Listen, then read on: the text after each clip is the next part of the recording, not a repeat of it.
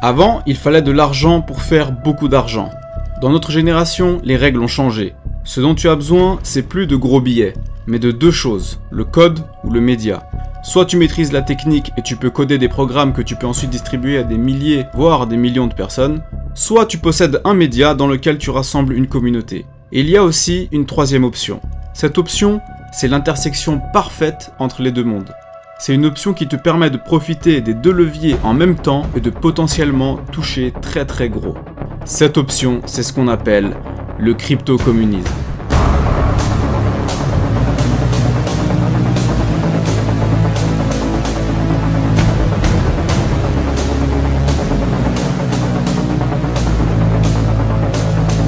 Si tu vis pas dans une grotte, t'as déjà entendu parler des crypto-monnaies. T'as entendu parler du Bitcoin et tu sais sûrement qu'il en existe plein d'autres. Il y en a certaines qui ont une utilité réelle, et d'autres qui sont basées sur des mèmes. La plupart de ces cryptos qui sont basés sur des blagues démarrent dans ce qui s'appelle la finance décentralisée. Et en gros, c'est le Far West des cryptos.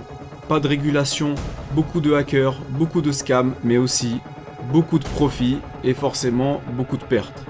C'est là d'où sont sortis des cryptos comme le Dogecoin qui a atteint une capitalisation de 88 milliards. Si tu avais mis juste 100 € quand il était à, disons, 80 millions de capitalisation, parce que c'est peu probable de se lancer quand il vient d'être créé, eh bien tes 100 € se seraient transformés en 110 000 €.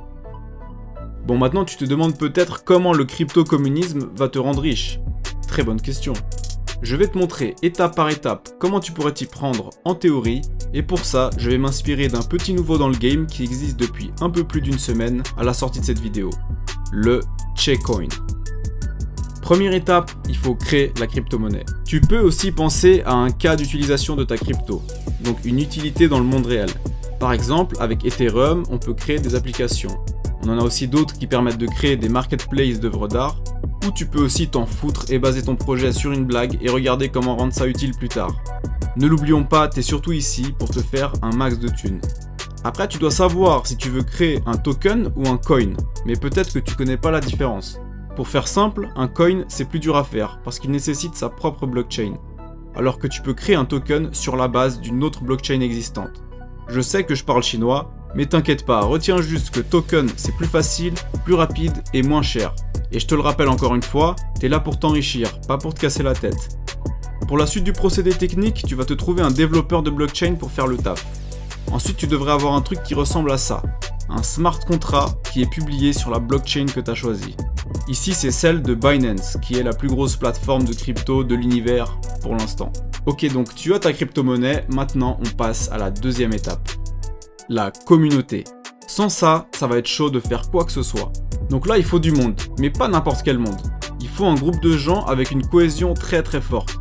Pas besoin d'être des millions, juste assez pour que la majorité se sente impliquée et sente que chaque individu a de l'impact.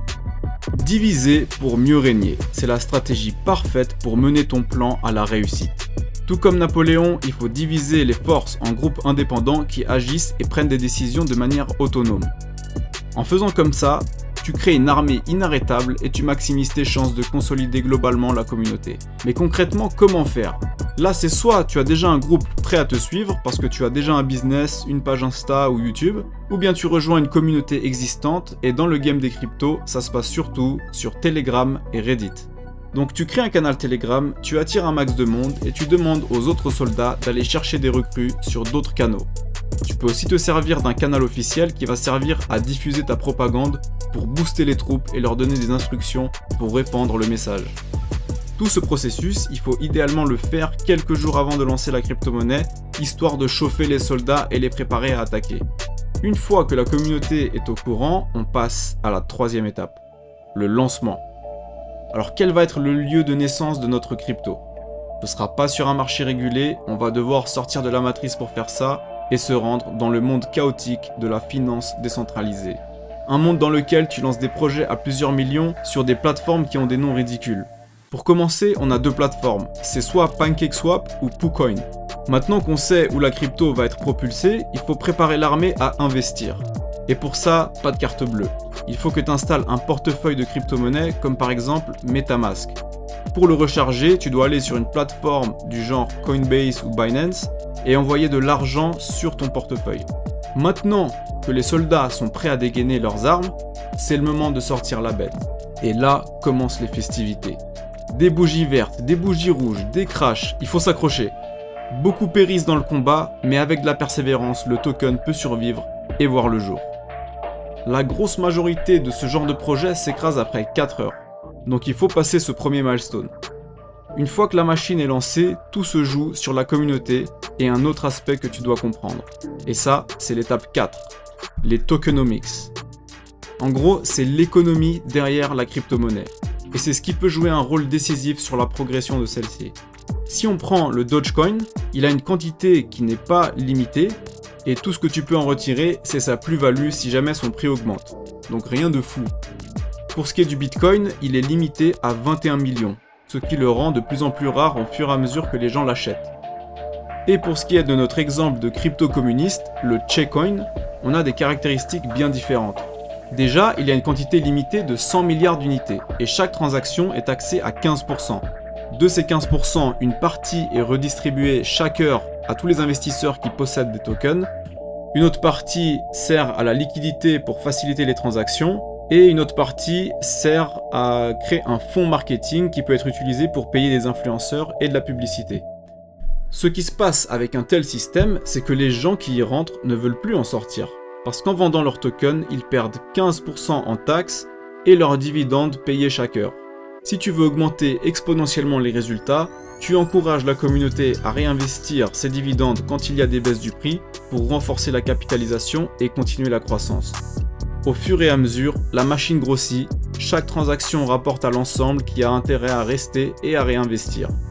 Ça a l'air beau comme ça, mais comme tout projet de crypto, ça peut violemment s'écraser et pour limiter ça, il faut qu'on passe à l'étape numéro 5, le marketing. Comme je l'ai dit avant, tu as déjà un canal Telegram avec ta communauté qui grossit de jour en jour.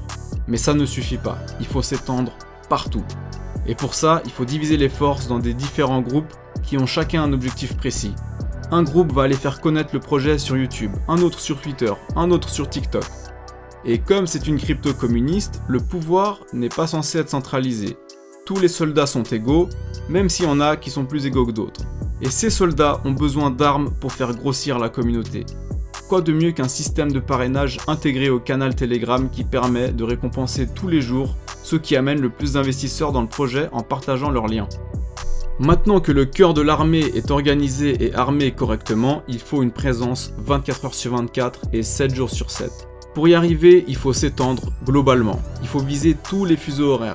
La crypto, c'est un jeu international. Donc ton objectif, ça va être de te lister sur des sites qui listent les crypto-monnaies. Le premier à viser, c'est CoinGecko, beaucoup plus abordable avec un trafic journalier d'environ 2 millions de visiteurs. Après, il faut viser plus haut. Il faut viser CoinMarketCap, le premier annuaire de crypto qui accueille chaque jour 5 millions de visiteurs. Avec ces listings, ça devrait attirer de nouveaux investisseurs intéressés à rejoindre le projet. La dernière étape, c'est le contrôle, et c'est une étape essentielle pour consolider l'armée et garder une trajectoire exponentielle.